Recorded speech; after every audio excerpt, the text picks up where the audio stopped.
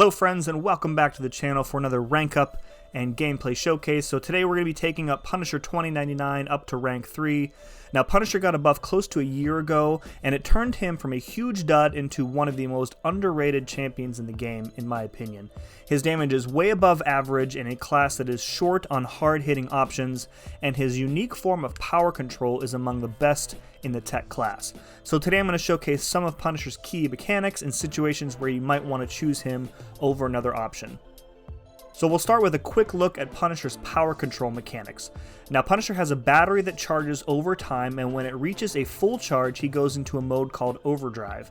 While in overdrive he gets a huge attack increase, but in addition he automatically reduces the opponent's combat power rate by 90%.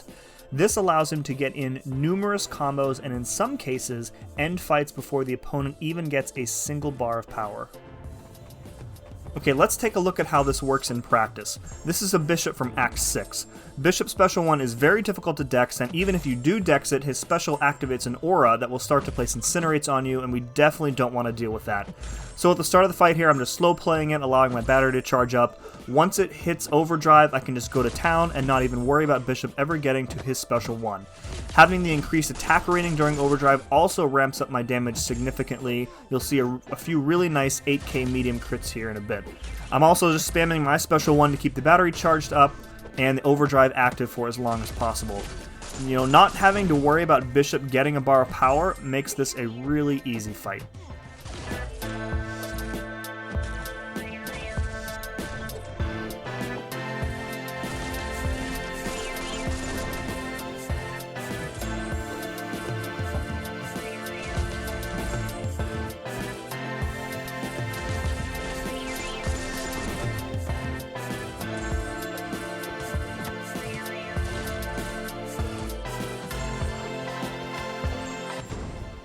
This type of power control can be useful against any champion with tricky specials like Apocalypse or Tigra. It's also nice to have against defenders who have annoying side effects from their special attacks.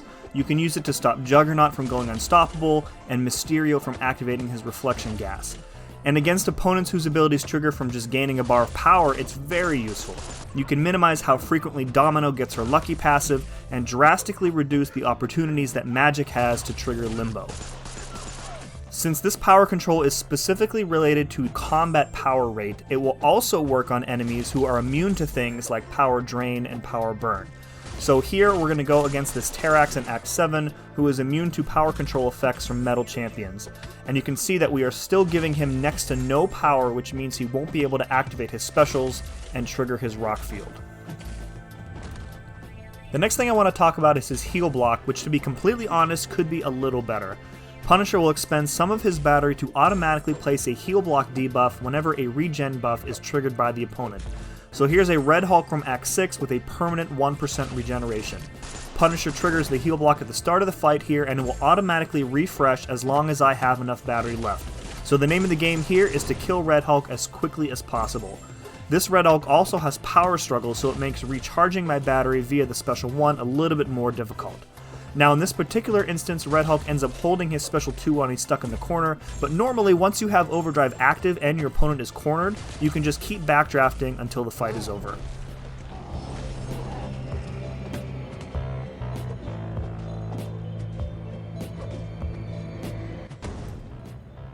Here's a more recent example. This is the Wolverine boss from this month's Cavalier event quest.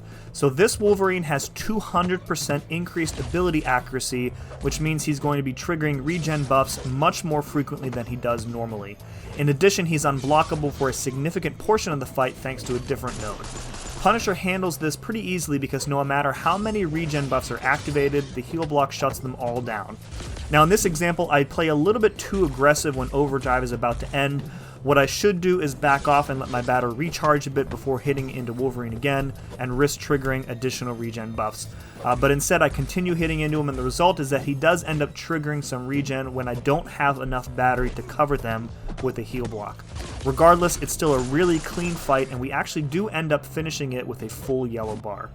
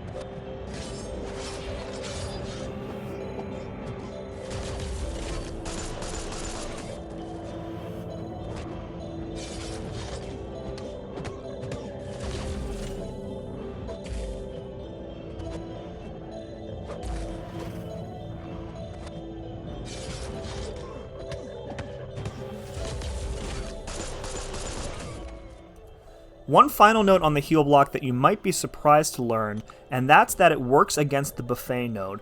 So the buffet node actually activates an invisible regen buff, and you'll see when we dex Ant-Man here, the heal block is actually applied. Keep your battery up and you can shut down buffet for the entire fight. The last mechanic I want to talk about here is Punisher's awakened ability. Now Punisher doesn't need to be awakened, but it is a nice feature to have. In addition to letting you start a fight with your battery partially charged, it will also automatically drain some of the defender's power and trigger a power lock if they get to their special 3. So here we have Doctor Strange in variant 3 on one of the improved power gain paths that Kabam loves to stick in these variant quests. I can play a little bit more aggressive here, knowing that I have the safety net of the power lock to back me up. If the power lock does trigger, I have a few extra seconds to bait out a special 2. Now, of course, Punisher wouldn't be my first or even my second choice for this Tour de Path, but it is worth showing you that the power lock can be very useful at bailing you out in a variety of situations.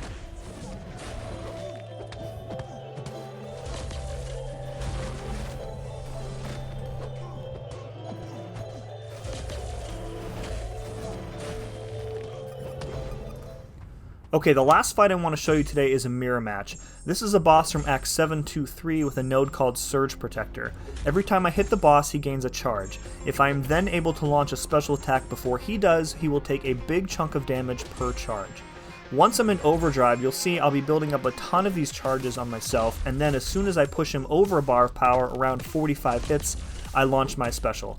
Punisher is a great counter to himself in this fight. With another champion, even if you play the fight correctly, the chip damage that you're going to be taking from the boss's specials is pretty significant. Now I'll let the rest of this fight play out, but that's going to do it for this video. I'm very happy with my rank up choice here, and I'm really looking forward to taking him for a spin in Act 7-3 when that comes out. Let me know in the comments below what you think about Punisher and if you're considering ranking up as well. If you enjoyed this video, please let me know by punishing that like button, and if you aren't subscribed, I would greatly appreciate you doing so as well. And as always, thank you very much for watching, and we'll see you again next time.